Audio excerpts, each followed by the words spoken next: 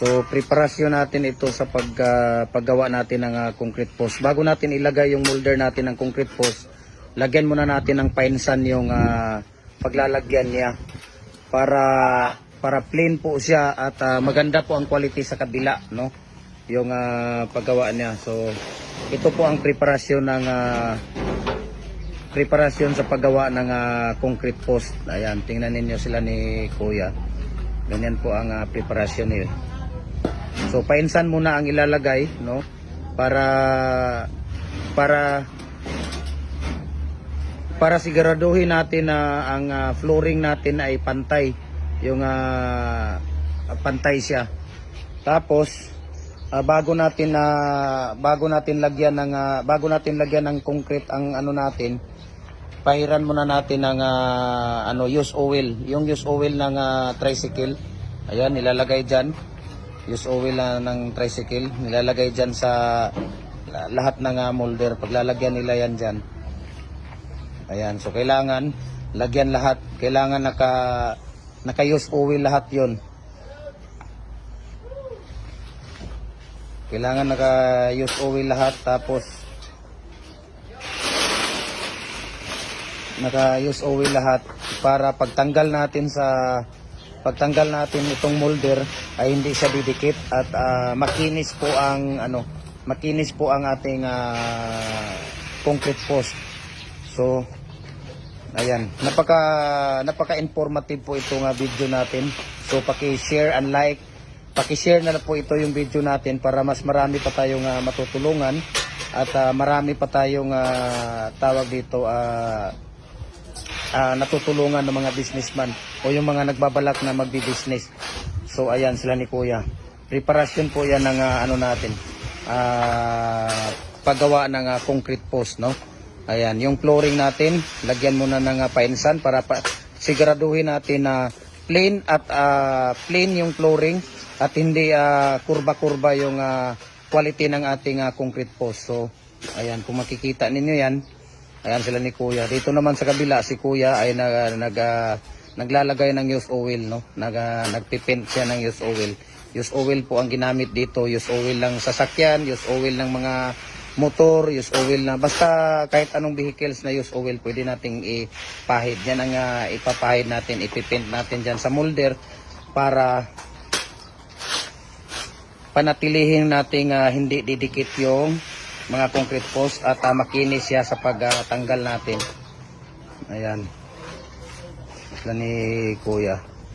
So kukuha na natin ng video ito bago magsisimula, no? Bago sila magsisimula. So ayan ang preparasyon dito ng natin.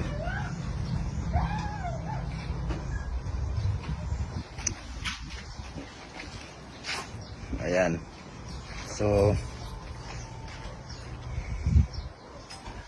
hindi pa sila nakapag-masa. So mamaya hintayin natin na makapag-mix sila ng Tingnan natin kung ilang post ang magagawa nila ngayon. Ilang poste kaya magagawa ninyo ngayon? Ha? Hindi lang sa oo, sa mating natin, depende sa mating na natapos. Ilan na ba yung mating na natapos natin ngayon? Ha? 20? Ayun. So, ito nga pala dito nga pala sa Gym Hardware and Concrete Products po ito sa Kanituan. Ito yung bagong factory natin dito na binuksan, no? Mayroon ng doon yung tapos na tingnan mo. Yung tapos na doon, nandun sa labas. Tingnan mo yung tapos na para hindi na kayo magpag-umpisa na kayo kaagad. Ayan. So kailangan natin yung no. Kailangan natin lagyan ng asite.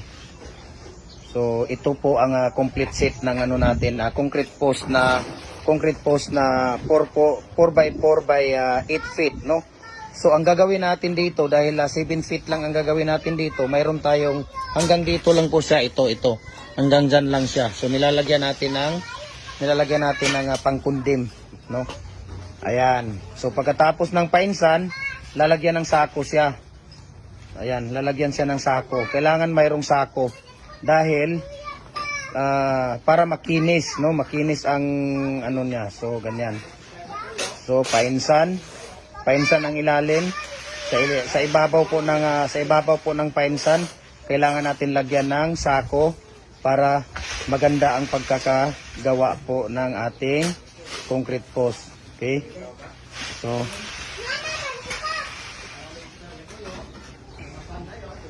ayan. So tingnan natin dito kasi ililipat na nila dito yung concrete post natin.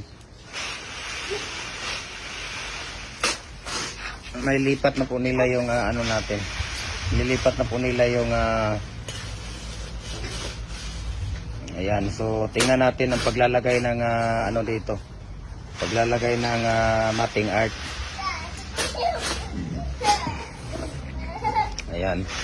So yung matting art natin, yan lang po yung matting art natin. Tingnan natin yung matting. Tatlo po ang naka horizontal natin. Ang naka vertical natin, 1, 2, 3, 4, 5, 6, 7, 8. 8 po ang naka vertical natin. Ayan o, kung nakikita ninyo. So ano po natin, i-focus po natin. Ayan. So balik tayo dito, si Kuya nandito. Ayan.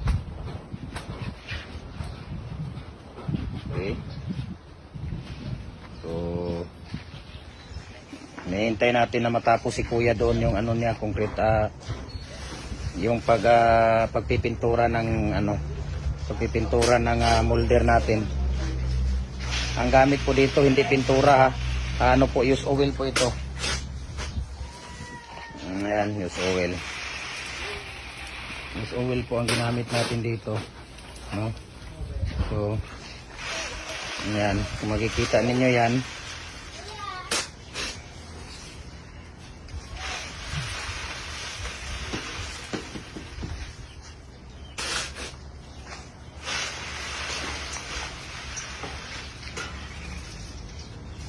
Ayan, so malapit na po nating matapos paglalagay ng use oil. Ikakabit na po natin yung mamaya, bubuhatin natin to, tapos ilalagay doon yung ano, ilalagay dito yung matting art ng concrete post natin. Ayan. So napaka-informative po yung video natin. So paki-share na lang po ito sa mga hindi pa po nakapag-follow and likes ng social account natin. Follow na po kayo sa Gym Hardware ang Kukulamber Balulang Branch, Gym Hardware ang Kukulamber Kanituan Branch, Gym Hardware ang Kukulamber Tambo Magasandig Branch, Gym Hardware and Concrete Products Kanituan Branch, at saka yung personal Facebook account natin, Felix Tan Pagikan Jr., at saka yung YouTube channel natin, Felix Tan Pagikan Jr., at saka yung Instagram natin, Felix_Pagikan 2000. So follow na po kayo, subscribe na po kayo. Please do share, like, and comment sa ating mga social accounts, sa ating mga video, para mas marami pa tayong mga matutulungan ng mga tao na mga magbi-business o mga nagbabalak mag-business or mga nagbi-business na or kukuha pa lang ng mga idea. So ayan, lalagay natin dito. Ayan, pinapaatras yung ano. Ayan, tapos bubuhatin na po nila ni Kuya para sa paglalagay ng ano, paglalagay na natin ng molder. Ayan.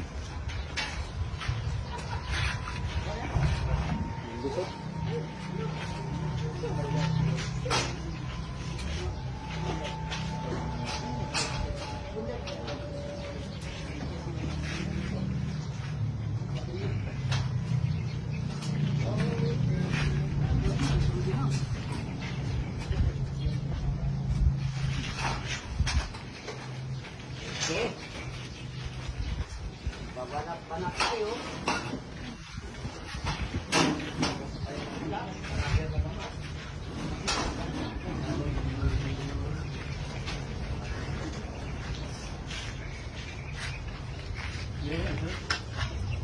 Kini din doy.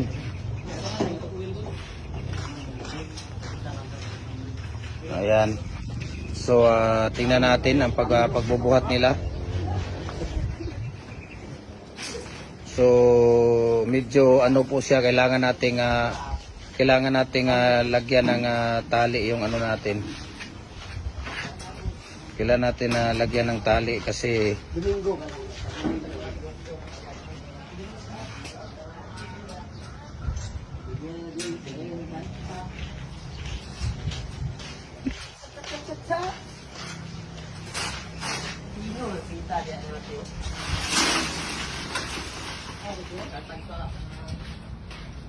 kailangan natin ang lagyan ng tali dahil pagbuhat nila nahulog po, no? Nahuhulog siya. So kailangan natin na talian siya dahil medyo maluag pa yung ano natin. Kasi bago pa lang po ito. This is our unang ano pa lang po natin to, unang gawa natin to sa molder natin ngayon na bagong molder at saka dito sa bagong factory natin. So busy po dito si Kuya sa isa dahil gumagawa po si Kuya dito ng hollow block naman po ang ginagawa niya dito. Yung iba naman nagkakarga, nag-deliver ng hollow block. Okay? Nag-deliver ng hollow block. So ayan si Dudoy, bumalik na si Kuya Dudoy dito. Ayun, binuhat na nila. So tingnan natin, nabuhat na po nila. No? Binuhat na po nila yung molder.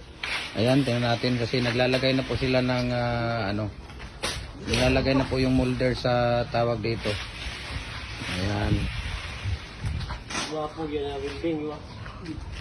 Dikit ba kadusod kayo? Ayan. Down. Ayan.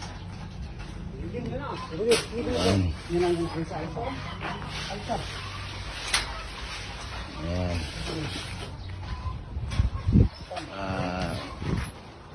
Kasi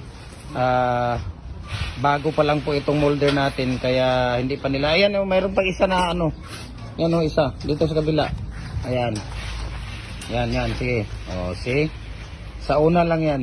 Sa una talaga dahil bago yung molder natin kaya medyo pa sila, no? Kasi yung ang dati nating frame ay hiwalay-hiwalay yun eh. So ito naman ay ito ang maganda, see? So ito, ready na po natin itong lagyan ng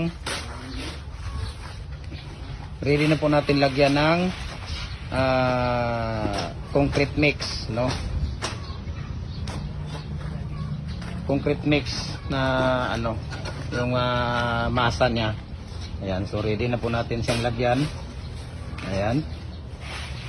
So panatilihin, tinitingnan nila, sukatin ninyo yung natin.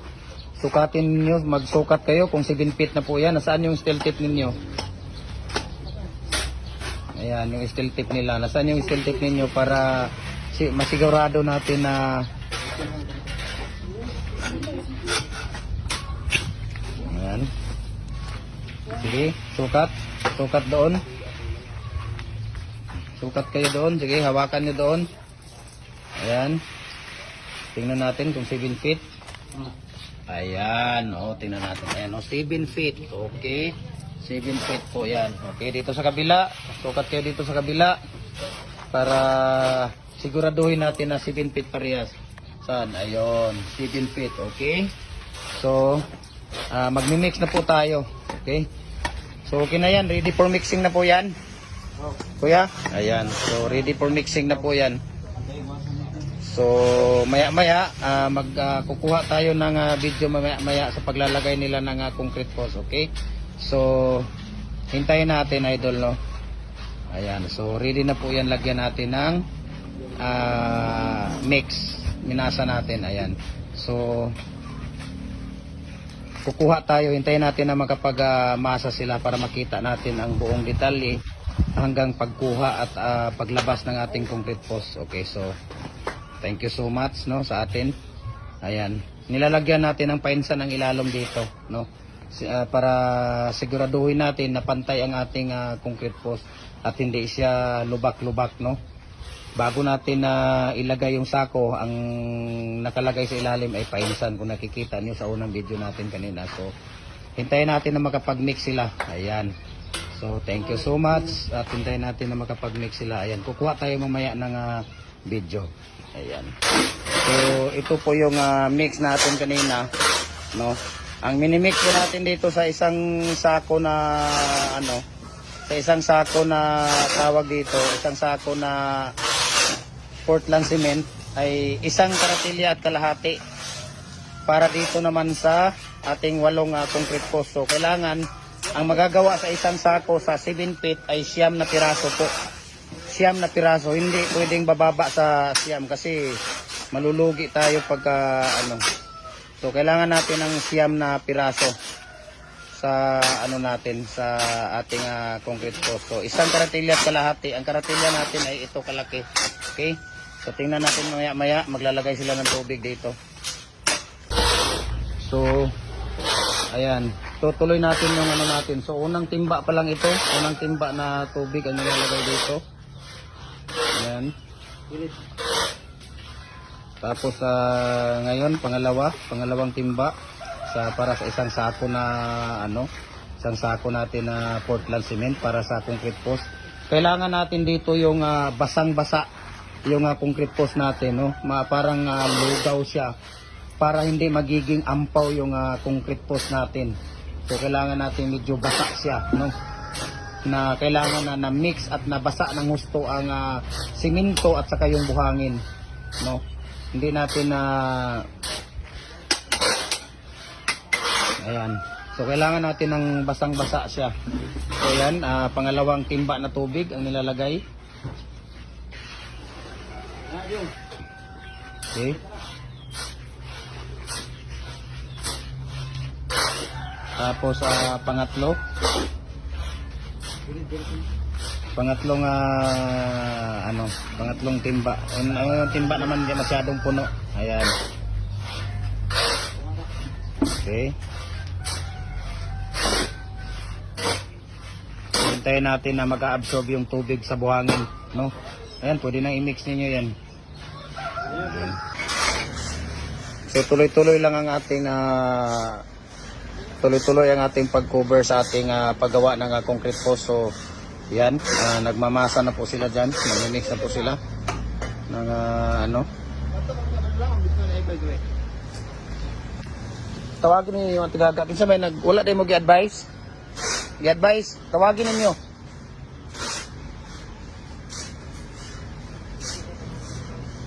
Ayan. Mayroong ano doon do, concrete kuan doon, lagayan sa concrete pa sa loob. Narito butanganan og binasa sa sulod. Oh, kana. Ha? Ginagmay lang sa ugma magpalit taon niya og kuan. Ayan kaysa wala. Dili na. Katura mga sako sa simento. Sana kanang sako. Ayan. So ganyan lang ang pag-mix natin. Ayan, pwede din yun do, yung puti, pwede din yung lagyan do. So ganyan lang ang pagpupuring natin, no? Yung puti na balde, kuya, pwede din yan. Yan. Itapon niyo yung, ano niyo muna yung tubig doon.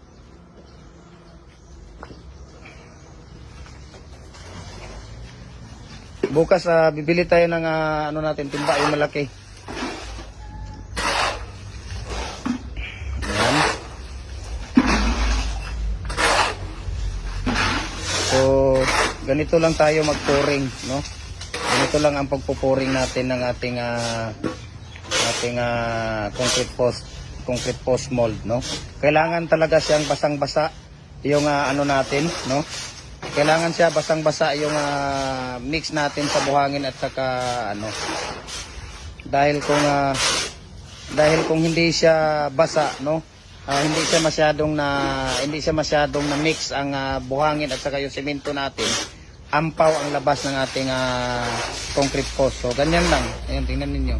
Ganyan lang ang pagpo-pouring niya, no? Pagpo-pour ng concrete natin. So paki-share na ninyo yung live natin. Tingnan natin hanggang huli ito, no? Tingnan natin hanggang matatapos sila ni Kuya yung pagpo-pouring nila dito sa ano. Ayan. So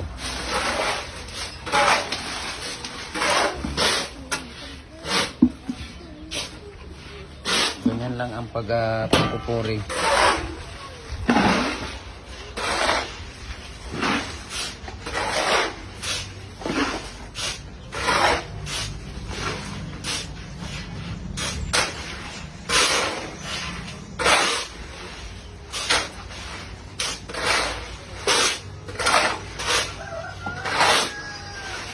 kailangan lang talaga ng basa siya, no? Kailangan lang talaga ng basa siya sa ano natin. Ayan.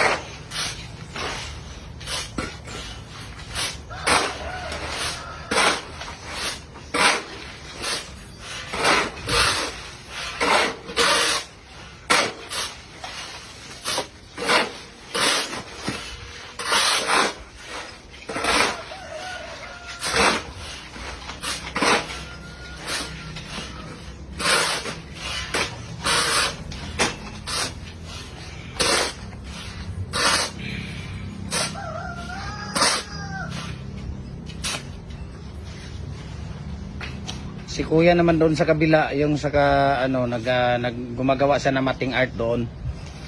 So kailangan nila mag double time dito dahil para malaki ang kita nila kasi piraso po ang bayaran nila dito. No? Hindi uso dito sa amin ang arawan. Ang ano dito, per bag at saka per piraso po ang gawa nila dito, kaya sila ang nagmamanage ng oras nila. Ayan. Okay. So ganyan lang po ang pagpupuring ng ano, mamaya-maya kukuha na natin kasi after 15 minutes dito pwede na tanggalin ang ano itong ano natin, itong molding. Pwede nang tanggalin siya. So ganyan lang po, idol, no? Yung mga ginagawa natin dito. So maya-maya tanggalin na natin, mamaya kukuha tayo ng video nila para tuloy-tuloy ang pagpanood ninyo hanggang pagtanggal ng molder natin. Kaya ayan, so ito yung unang gawa natin dito sa ating factory. Ayan. So mamaya-maya kukuhanin natin ito, mamaya-maya tanggalin ito at kukuha na natin ng video para madugtong doon sa video natin kanina. Ayan, para matatapos po siya lahat. Ayan, so thank you so much po, no? Sila ni Kuya gumagawa pa doon. Ayun, sila ni Kuya gumagawa.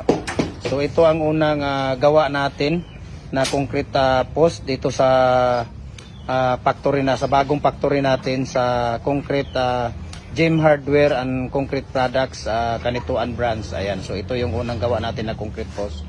Okay. So please follow na po kayo sa Facebook page natin, Gem Hardware and Kukulamber Balulang Branch, Gem Hardware and Kukulamber Tambo Makasandig Branch, Gem Hardware Concrete Products Kanituan Branch, at saka Gem Hardware and Kukulamber Kanituan Branch, saka sa ating Instagram account Felix_Pagikan 2000, at saka sa ating YouTube channel Felix Tan Pagikan Jr., at saka sa ating Facebook personal account Felix Tan Pagikan Jr. Kaya subscribe and follow. Please like, share our video para updated kayo kung may mga bagong video na i-upload natin. Ayan, so thank you so much guys, no?